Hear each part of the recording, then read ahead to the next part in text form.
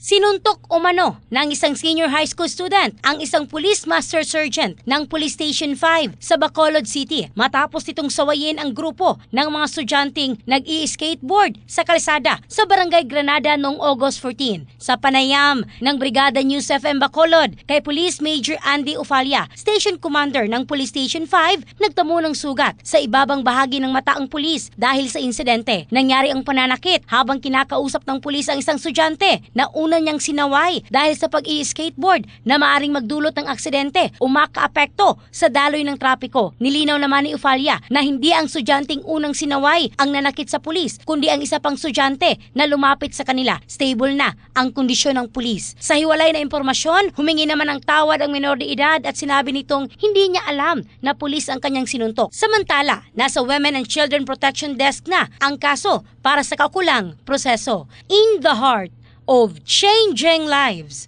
Ako, si Michelle Craste ng Brigada News, Philippines, the Music and News Authority.